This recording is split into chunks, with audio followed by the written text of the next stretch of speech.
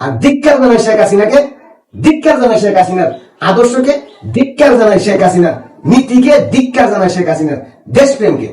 আচ্ছা, আপনাদের কি মনে আছে শেখ হাসিনার একটা বক্তব্য? শেখ হাসিনা বলছিল, আমি যদি সেন্ট মার্টিনে আমেরিকার গাড়ি করতে দেই তাহলে আমি ক্ষমতায় থাকতে পারবো। আমি যদি চট্টগ্রামের একটা অংশ দিয়ে দেই ইহুদি রাষ্ট্র করার জন্য তাহলে আমি ক্ষমতায় থাকতে পারবো যতদিন মন চায়। সাদা চামড়ার লোকেরা আমার কাছে এই অফার নিয়ে আসছে, কিন্তু আমি আমার দেশের কোনো অংশ, আমার দেশ অন্য কারো হাতে দিয়ে ক্ষমতায় থাকতে চাই না। কারণ আমি বঙ্গবন্ধুর কন্যা, আমার বাবা এই দেশের জন্য যুদ্ধ করছে, আর 7.5 কোটি বাঙালি 9.5 মাস যুদ্ধ করে 30 লক্ষ মানুষ জীবন দিয়ে 2 লক্ষ মাবুন সঙ্গম হারিয়ে এই বাংলাদেশ স্বাধীন করছে। সেই স্বাধীন বাংলাদেশ আমি কোন সাদা চামড়ার হাতে দিব না। আমার জীবন থাকতে আমি ক্ষমতায় থাকি আর না থাকি, তবুও আমি আমার দেশের সার্বভৌমত্ব কারো হাতে তুলে দেব না। আমি ক্ষমতার পাগল নই, আমার দেশের মানুষের সেবা করার জন্য আমি পাগল। আমার মনে হয় শেখ হাসিনা একটা ভুল করছে। যদি শেখ হাসিনা সেন্ট মার্টিন দিয়ে দিত তাহলে হয়তো আজকে বাংলাদেশের জাতীয় সংসদে আমেরিকার পতাকা উঠত না। আমার মনে হয় শেখ হাসিনা যদি চট্টগ্রামের একটা অংশ দিয়ে দিত ইহুদি রাষ্ট্র গড়ার জন্য তাহলে আজকে জাতীয় সংসদে আমেরিকার পতাকা উড়ানোর দুঃসাহস এই সাদা চামড়ার লোকেরা দেখাইতে পারত না। শেখ হাসিনা অনেক বড় একটা ভুল করছে। আমাদের সেন্ট মার্টিন যাইতো, চট্টগ্রামের একটা অংশ চলে যাইতো, তারপরও 30 লক্ষ শহীদের রক্তের উপর দাঁড়িয়ে এই বাংলাদেশ, 2 লক্ষ মাবনের সঙ্গমের উপর দাঁড়িয়ে যে বাংলাদেশ তৈরি হয়েছে, 9 মাস রক্ত হয়ে যুদ্ধের মাধ্যমে যে বাংলাদেশ তৈরি হয়েছে, যে বাংলাদেশকে ধ্বংস করে দেওয়ার জন্য আমেরিকা 7ম নৌবহর পাঠাইছিল, সেই বাংলাদেশের জাতীয় সংসদে আমেরিকার পতাকা উড়াচ্ছে। এর চেয়ে লজ্জা, এর চেয়ে বড় গোলামীর জীবন কি আর বাঙালিদের হইতে পারে? পারে না। তাই আমার কাছে মনে হয় শেখ হাসিনার মস্ত বড় ভুল করছে। সেন্ট মার্টিন দিয়েও যদি সে ক্ষমতা থাকতো তাহলে আজকে আমাদের এই দৃশ্য দেখতে হইতো না। চট্টগ্রামের একটা অংশ দিয়েও যদি শেখ হাসিনা ক্ষমতায় থাকতো তাহলে আজকে বাংলাদেশের রাজাকারের উত্থান হইতো না। আমেরিকার পতাকা বাংলাদেশের জাতীয় সংসদে উঠতো না।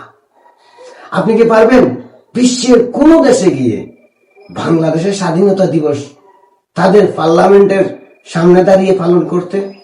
পৃথিবীর কোন দেশ দিবে না। এ ধরনের নজির কোথাও নেই, ইতিহাসের কোথাও এই ধরনের ঘটনা ঘটে নাই, কিন্তু বাংলাদেশে ঘটছে। আমেরিকার পতাকা বাংলাদেশের পার্লামেন্ট, যাকে আমরা বলি পবিত্র সংসদ ভবন, সেখানে আমেরিকার পতাকা উঠছে। আর শেখ হাসিনার কথা সত্যি প্রমাণ হয়েছে যে আমি যদি সাদা চামড়ার কাছে মাথা নত করি তাহলে আমি ক্ষমতা থাকতে পারবো। তার মানে যারা মাথা নত করছে তারা এখন ক্ষমতায় আছে, আর তাই আমেরিকার পতাকা বাংলাদেশের জাতীয় সংসদে উঠতেছে। একবার চিন্তা করুন, যে দেশের জাতীয় সংসদে ভিনদেশি পতাকা, যে দেশ 7ম নৌবহর পাঠাইছিল এই বাংলাদেশকে ধ্বংস করে দেওয়ার জন্য, সেই দেশের পতাকা উঠতেছে, তাহলে বাংলাদেশের কোর্ট আদালত কোন জায়গায় নেই এই আমেরিকার এজেন্ট? সব জায়গায় এখন। তার মানে আমরা গোলাম হয়ে গেছি। আপনি পারবেন এই বাংলাদেশের পতাকা অন্য কোন দেশের পার্লামেন্টের সামনে উড়াইতে, এভাবে সমাবেশ করতে, স্বাধীনতা দিবস পালন করতে? পারবেন না। জান না যে আমেরিকার পতাকা জাতীয় সংসদে উঠছে, সেই আমেরিকার পার্লামেন্টের সামনে সমাবেশ করতে হবে না, শুধু বাংলাদেশের পতাকাটা উড়াইয়ে দেখান। বলেন, শুধু বললেই আপনাদের থাপড়াইতে ফালাই দিবে। কারণ তারা গোলাম নয়, গোলাম আমরা। পৃথিবীর ইতিহাসের একমাত্র বাংলাদেশ, যে বাংলাদেশ 30 লক্ষ শহীদের রক্তের বিনিময়ে পেয়েছি, 2 লক্ষ মাবনের সঙ্গমের বিনিময়ে পেয়েছি, যে বাংলাদেশ স্বাধীন করতে 9.5 মাস যুদ্ধ করতে হয়েছে 7.5 কোটি বাঙালিকে, যে বাংলাদেশ স্বাধীন করতে যাইয়া এই বাংলাদেশের মানুষ না খেয়ে থাকতে হয়েছে, উপাস থাকতে হয়েছে, খালে বিলে নদ্রমায় পইরা 9.5 মাস কাটাইতে হয়েছে। সেই বাংলাদেশ গোলাম হয়ে গেছে এখন আমেরিকার। আর তাই আমেরিকার পতাকা আমাদের জাতীয় সংসদ এখন বাংলাদেশের নেই, জাতীয় সংসদ এখন আমেরিকার হয়ে গেছে।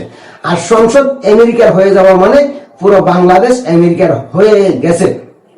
এটা আপনাকে মানতে হবে, এগুলো বাস্তবতা। আর এইটার জন্যই এই ডিপ স্টেট 325 কোটি ডলার শেখ হাসিনা পতনের জন্য খরচা করছে।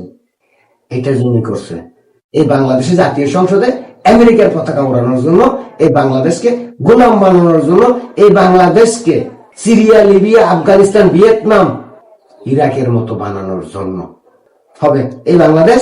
আর কিছুদিন অপেক্ষা করেন, Syria, Libya, Afghanistan, Vietnam, Iraq হবে। কারণ বাংলাদেশের আনাচে কানাচে, অলিতে গলিতে, কোর্ট থেকে সংসদ ভবন পর্যন্ত এখন আমেরিকার এজেন্ট। আর সেই আমেরিকা যে দেশের বন্ধু হয়, সে দেশের শত্রুর প্রয়োজন হয় না। ইরাকের মানুষ আমেরিকাকে বন্ধু মনে করছিল, তাই আজকে ইরাকের পরিণতি ভয়াবহ।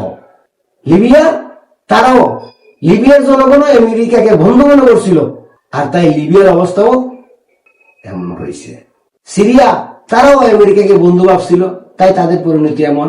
আফগানিস্তান, তাদেরকে বন্ধু ভাবছিল, আর তাই আফগানিস্তান ধ্বংসস্তূপে পরিণত হয়েছিল।